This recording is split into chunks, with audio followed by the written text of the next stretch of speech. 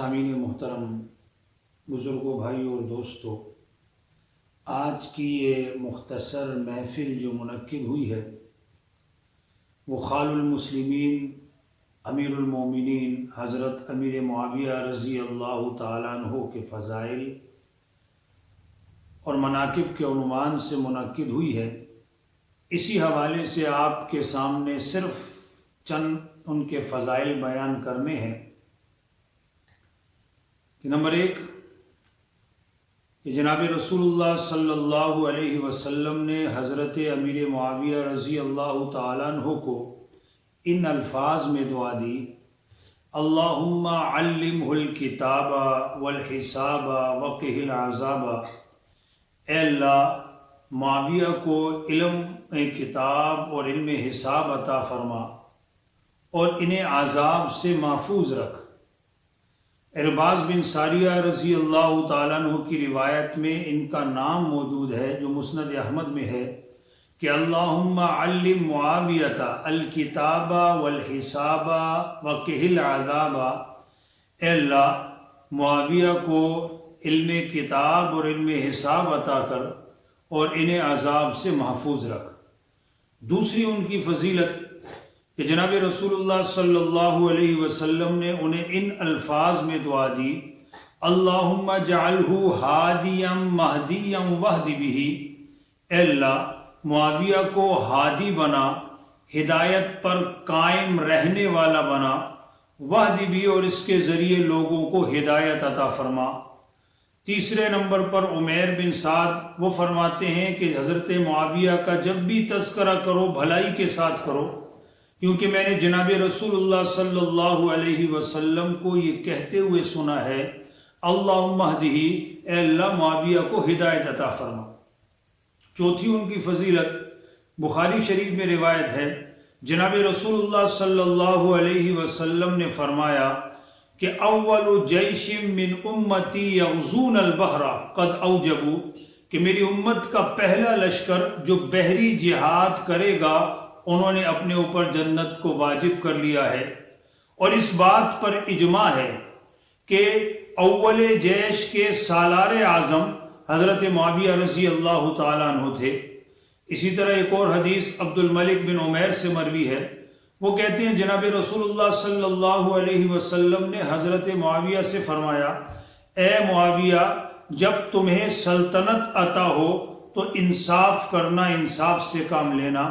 حضرت معاویہ رضی اللہ تعالیٰ عنہ یہ الفاظ سن کر کہتے تھے کہ مجھے یقین تھا کہ اللہ رب العزت مجھے سلطنت عطا کریں گے۔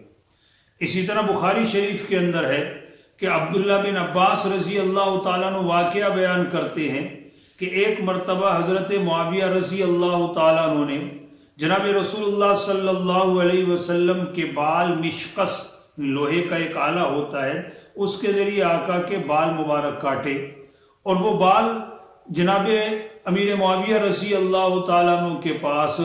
ان کی وفات تک رہے۔ آپ کے ناخن مبارک، آپ کے بال مبارک ان کے پاس رہے، اور پھر انہوں نے وصیت کی تھی کہ جس وقت میرا انتقال ہو تو میری ناک اور آنکھوں پر آقا کے بال مبارک اور ناخن مبارک رکھ دینا، مجھے اللہ کے حوالے کر دے۔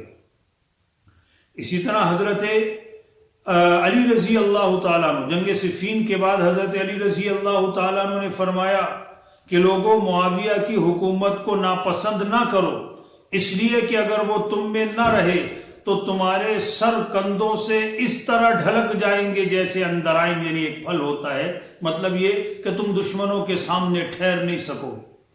اسی طرح ایک خاص مجلس تھی، جناب رسول اللہ صلی اللہ علیہ وسلم نے فرمایا کہ معاویہ کو بلاؤ کہ وہ اس یہ معاملہ ان کے سامنے رکھو، وہ قوی اور امین ہے۔ تو بے شمار حضرت معاویہ رضی اللہ تعالیٰ عنہ کے فضائل ہیں کہ جناب رسول اللہ صلی اللہ علیہ وسلم پر جب وحی نازل ہوتی تھی اس وحی کی کتابت کیا کرتے تھے، کاتب وحی میں سے تھے۔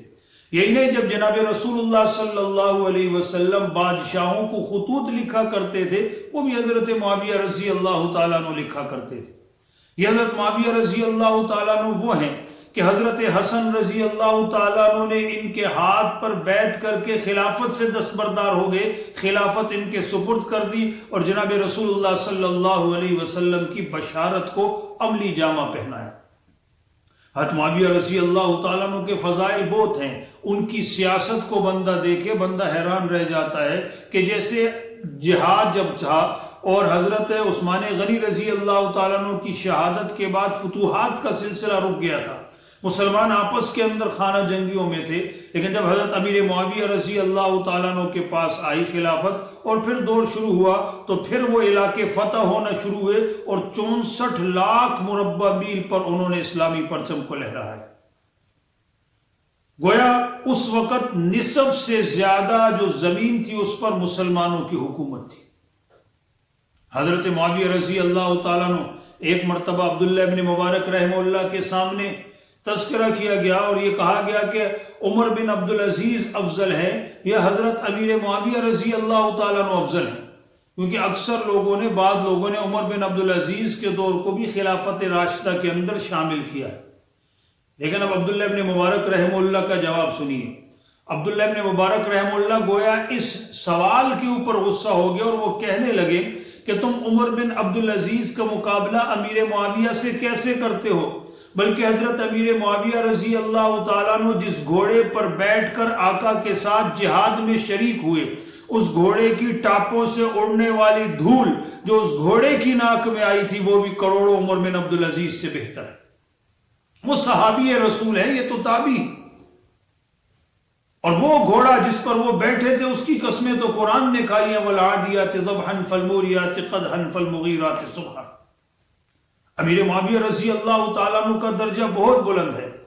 تو یہ میں نے آپ کے سامنے صرف چند فضائل اور مناقب بیان کیے، ورنہ قرآن کی جو آیت جس صحابی کے لیے ثابت ہوگی اس میں حضرت امیر معاویہ رضی اللہ تعالیٰ عنہ بھی شامل ہے، اولئک هم الراشدون اولئک هم الصادقون۔ اسی طرح رضی اللہ عنہم، یہ جتنی بھی آیتیں صحابہ کے لیے ثابت وہ ساری حضرت امیر معاویہ رضی اللہ تعالیٰ عنہ کے لیے بھی ثابت۔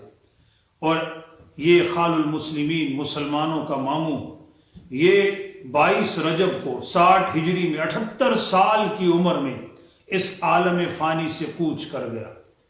اور ایسے طریقے سے حکومت کی، ایسے طریقے سے حکومت کی کہ سارے فتنوں کی سرکوبی کی۔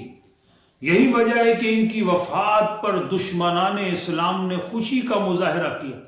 اور آج بھی خوشی کا مظاہرہ کرتے ہیں۔ 22 رجب کو کونڈوں کی رسم سے وہ مسلمان جو غافل ہیں ان کو معلوم ہی نہیں کہ 22 رجب کو کیا سانحہ ہوا تھا کہ اسلام کا ایک عظیم سپوت حضرت امیر معاویہ رضی اللہ تعالیٰ عنہ کا انتقال ہوا تھا۔ اس موقع پر دشمنان اسلام کونڈوں کی رسم ایجاد کی خوشی مناتے ہیں کہ چلو ہماری جان چھوٹی اس سے، لیکن مسلمان بھی دیکھا دیکھی ان کی خوشی مناتے ہیں۔ مسلمانوں کو چاہیے کہ اپنی تاریخ کو پڑھیں،